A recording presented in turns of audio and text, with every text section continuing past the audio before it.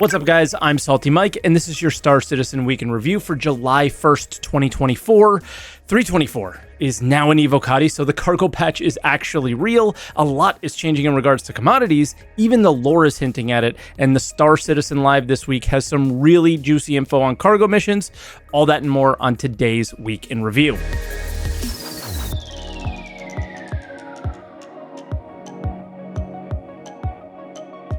And as always, if this is your first Week in Review, this is where I take all of the official Star Citizen news each week, put it into one video, and share some of my opinions about it. I also live stream on Twitch, twitch.tv/SaltEMike. So stop by and say hello if you guys haven't yet. The ones that have, it warms my heart. It's really awesome. But before we get into today's show, I have to share with you today's sponsor. Thank you to Manta Sleep for sponsoring today's video. Manta Sleep makes some of the world's best sleep masks and functional sleep accessories. I'm a huge fan of the masks. I shared with you last time about the Manta Silk Mask with the Cool and Steam eye cups, and very briefly about the product I want to share with you today, the Manta Sound Mask. My entire life, I have struggled to sleep because I cannot calm my mind when there's silence. I always need to have something on to make noise and distract my busy brain until I eventually fall asleep. My solution until I found the Manta Sound Mask was to just have my iPad or phone in my bed, which can sometimes be really bright or knocked off the bed and broken. Yeah, that's happened a few times. I now have a mask that's 100% blackout with zero eye pressure, but it also has razor thin Bluetooth headphones and a 20-hour battery life and convenient tabs to adjust the speakers. Just game-changing for me. Manta Sleep's mission is to empower light sleepers like myself to sleep better so they can do more. So if you want to be empowered by Manta Sleep, head to the link in the description and make sure to use code SaltEMike for 10% off your order. Once again, thank you to Manta Sleep for sponsoring today's video. And of course, thank you for engaging with the sponsors, guys. We really, really appreciate it. It's what helps us kind of make the videos as awesome as we do now. But we've talked enough. Let's jump into those Evo Patch patch notes.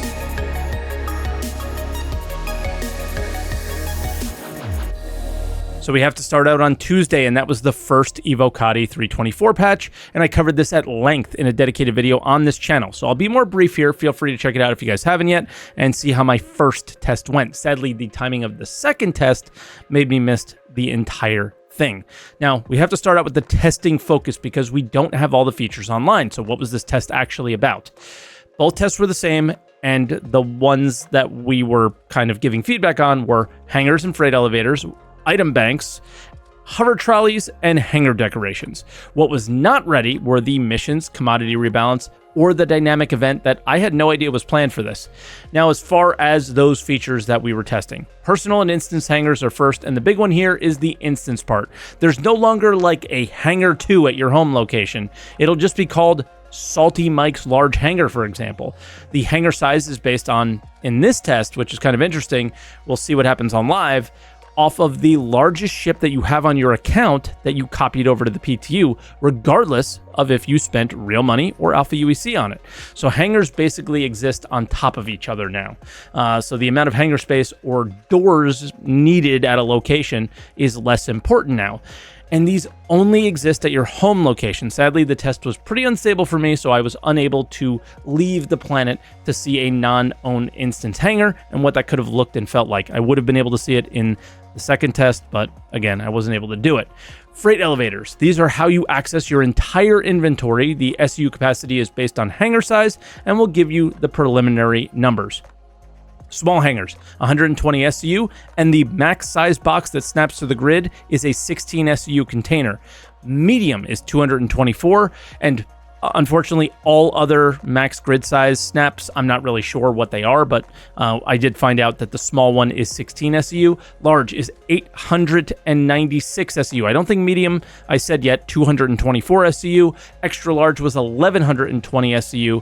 And yeah, large and extra large hangars have 2 freight elevators because there is an entrance on either side of them because they're so big. These are simple. What you own is on the right side of the UI on the freight elevator, and yeah, move it to the left and send it up. Many things snap to the grid now, guns, ship weapons, armor, all sorts of things. Even prospector bags do, but mole bags didn't. But yeah, a lot of that stuff was really buggy. Evo Patch, right? They also mentioned in the notes that removing the magic inventory inside of ships was a thing that they wanted to do, as well as the stations. The commodity kiosk. This one is more unpolished when kind of in comparison to everything else, right, that we've seen or talked about up to this point. You could choose what box type you want to use when buying commodities, but the automatic load time is really weird. It's a standard, no matter what, 30 seconds per SCU, no matter the box size. So 600 individual 1 SCU box containers takes the same amount of time to load as 2032 SCU containers. Not sure what they're trying to promote here other than people not using this system at all. Storage access. This kind of falls to the same fate. It feels rushed, unfinished, and has so much friction right now. Let me walk you through this. If I want one gun, this is what I have to do. Walk up to an access point, click it, then I have to click the gun I want, then I have to click again to move it to the drawer, then I have to click again to open the drawer, and then guess what that does? It opens the old UI that we used to have when I press I, but it only has the gun that I chose in there, and then I double click that gun and it's now in my possession. That's a lot of clicks for no reason. Like, just do better, CIG. This is crazy. This is one of the few times where you can literally point at this game and say $700 million game and just shake your head in disgust, right? Like, how is this a thing? Hover trolleys and decorations are next. I didn't get to interact with these much. I was able to buy them. The hover trolley, I think, was 14K, can carry 12 SCU, and it basically feels like an RP tool instead of a useful one, other than we kind of know that there's going to be missions using them at distribution centers. And similar with the decorations, the prices ranged from like 1.8K to 15K-ish. And yeah, they're like fun little items like chairs that look like Drake flight seats to big couches and coffee tables. Then there was also flight changes. These included some master mode things. I didn't touch these, but I think Virgil did, so check out his channel if you haven't yet. I'll post the link to the video in the description if there actually is one. I'm pretty sure he did, though. Then Thursday's test was basically Tuesday, but less issues related to crashes and less crashes overall. Unfortunately, I have no experience in the test because they pushed it out as I had a hockey game, and I turned it off before I was they turned it off before I was done streaming the next morning, so I was unable to even try it. So the experience here for me is lacking. I did get in for an hour. I told a funny story on Answer the Call about it. Basically, I never even got to my own hangar because of the way people were playing. It was just goofy. In terms of notes, you can carry a weapon lowered now, but keybinds while carrying lowered needs to be looked at. Right-clicking does basically put your gun away when you would normally aim down sights with right click when you have a gun out. So they need to think about some things there. And they also did some balance for Master Mode's gunnery. This one seems like an attempt to remove the laser cannon meta. And then there was Vulcan performance changes as well. And just for clarity, as you can see, most of the bug fixes were related to issues that we saw in the first test. The next update should be Monday, the day this video is released, and I will let you know if they make any major changes. But yeah, I didn't do the extra video for the Thursday patch because I didn't play it that much, but also because not much had really changed. So with that, let's move into the roadmap updates.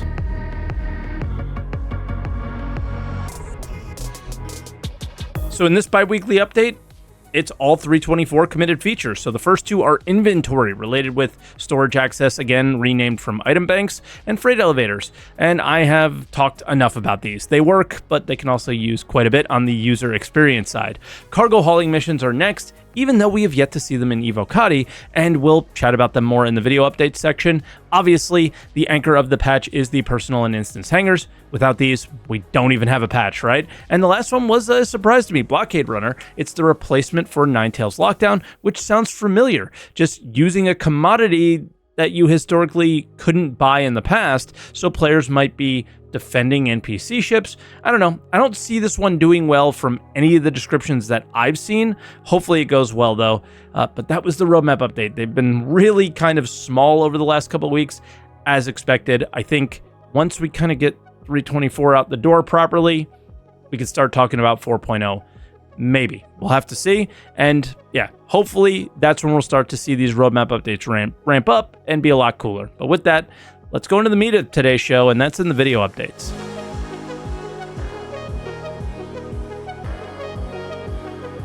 So we had both an Inside Star Citizen and a Star Citizen Live this week. This Inside Star Citizen episode was very similar to last week's, where we got to know the people as well as what they were working on. The difference We've seen a lot of the stuff that the level design team is working on in Pyro already in the playtests, so this was much less of a sneak peek into the future as far as I could tell. But towards the end of the show, one of the developers said something that really resonated with me. What we really want to do also is balance out gameplay with the visuals. I mean, in the past, we've seen a lot of focus being spent on the visuals and less so on the content. This needs to switch around and find an even plane.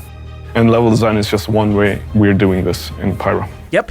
In the year 2024, someone finally said that putting visuals first is not something they want to do anymore. This is something I've preached for years, and it just is really nice to hear that someone making the game agrees with me even a little bit. Outside that, link is in the description for ISC, because it just is, if you're interested in the design process and the people doing it, that's where you get that, but I didn't really find anything else to pull out. SCL, on the other hand, yeah, we had mission dev Yorick and economy developer Nick team up to walk us through the process of making a cargo mission, which we know very little about. And they started off with something I was so happy to see. This amazing logistical sheet that he'd been imagining, which essentially maps out all of the connections between different locations within the Stanton system. So as you can see, if a commodity would come in from the jump point and it would need to go somewhere, well then it gets connected to an LEO. And then from the LEO, it can be transported to another LEO or to a Lagrange point, or maybe if it needs to go down to the planet surface, it will go through the landing zone to the outpost, or maybe even if the outpost is closer to a distribution center, go to a distribution first and then to the outpost.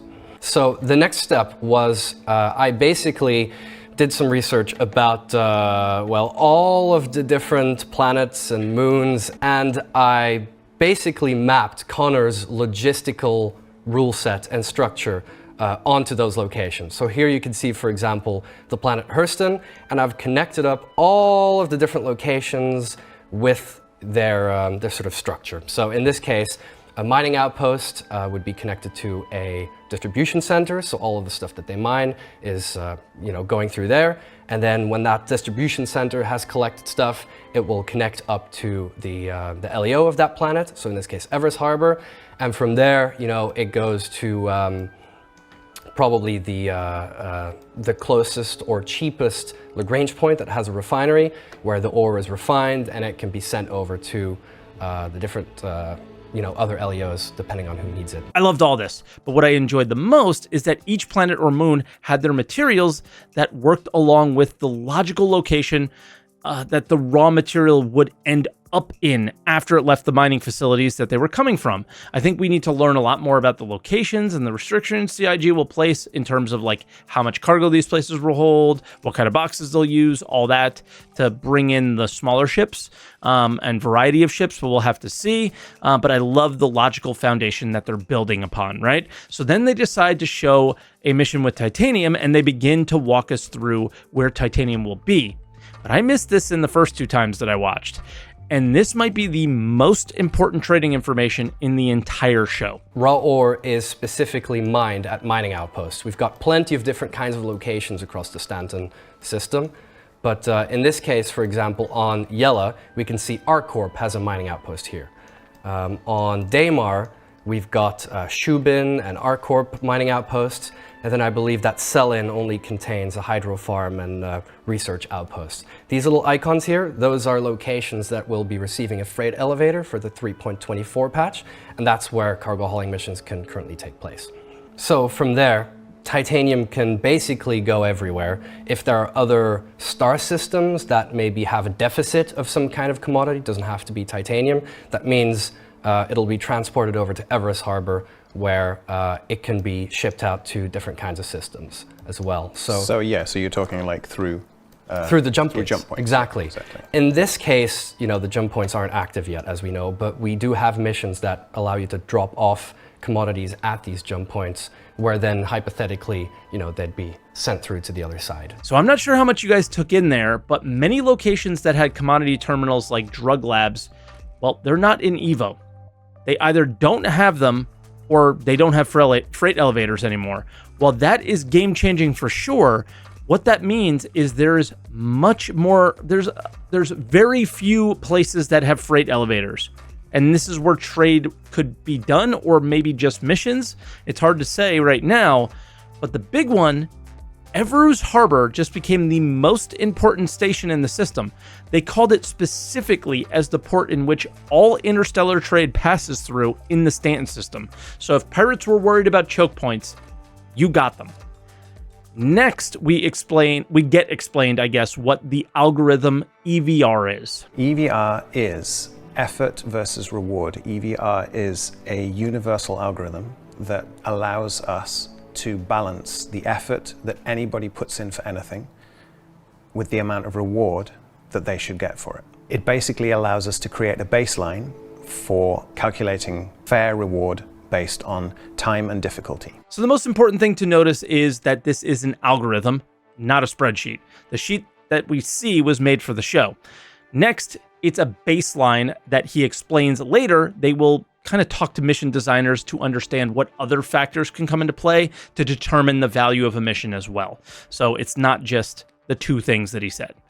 They next show us the progression that's planned for cargo missions, and I love this. This is the grade progression that we've landed on, which is essentially what kind of missions you get to see as you start in your cargo hauling career, when you've not really made a name for yourself, you're kind of a nobody, and that means the missions that are available to you will be, very low volume, lower risk, and you'll be moving less value and volume as well. So that means the small grades you could see here at the very bottom, those are relatively low in quantity, and then as you progress through the ranks, you'll start unlocking and seeing multiple different kind of other grades show up in your contracts app. So supply grade would be a little bit bigger for the bigger kinds of ships, until at the very end game of your career, when you're really trusted, you've proven yourself, that's when you get to do the really big hauls, and that's when sort of missions will show up that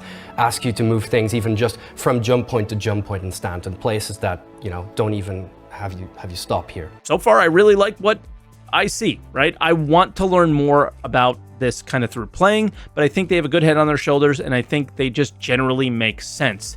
Then I made a number of cuts, and I did my best to walk you through all the steps they took to take EVR, or the fake EVR spreadsheet, to determine a price for an easy mission. Let's pick a titanium supply early. So, difficulty, right. How much combat are we going to be doing? No combat. Yeah, there's no combat designed in this. Okay. Oh, right. How complicated is it? So, I think it's routine. Yeah. We aren't going to be breaking a sweat. No. Because it's not complex. Not very complicated. And I think we need to know how to fly dock and quantum. Yeah, that would be preferable if you're going to do these missions. So. All right, so it says easy. The next part of EVR is time. Yes. So we're going to figure out how long this mission would take, more or less.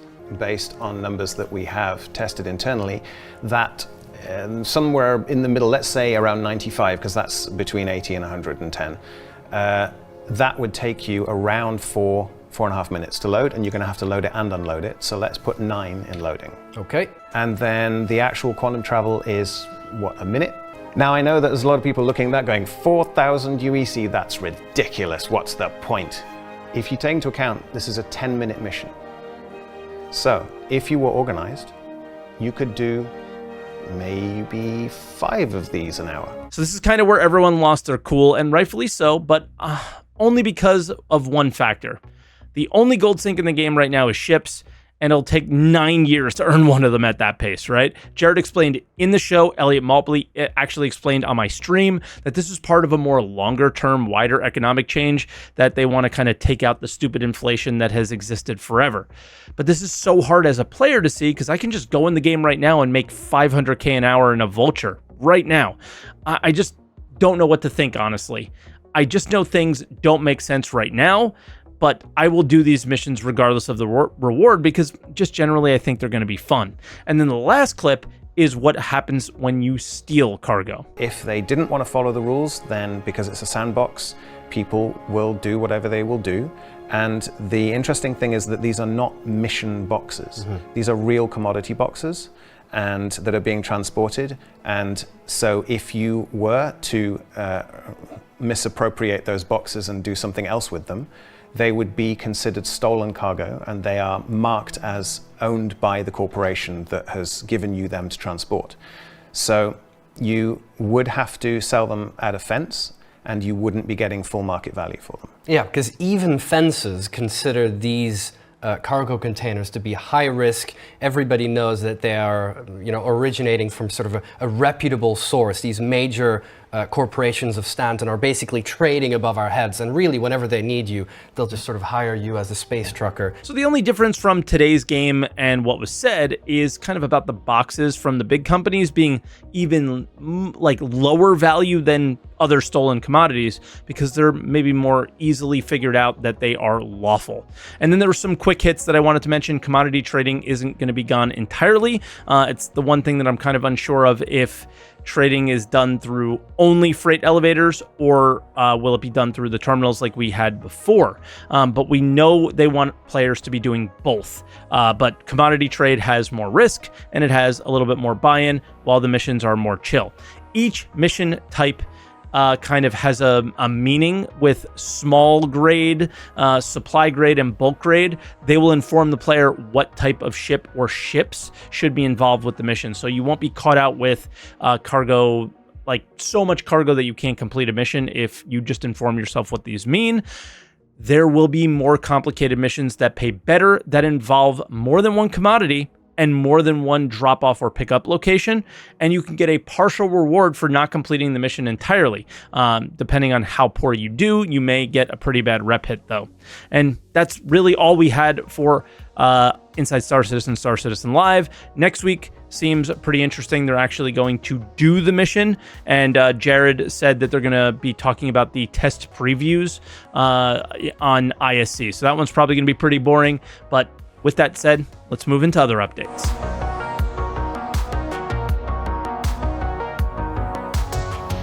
And of course, we start out with the sneak peek.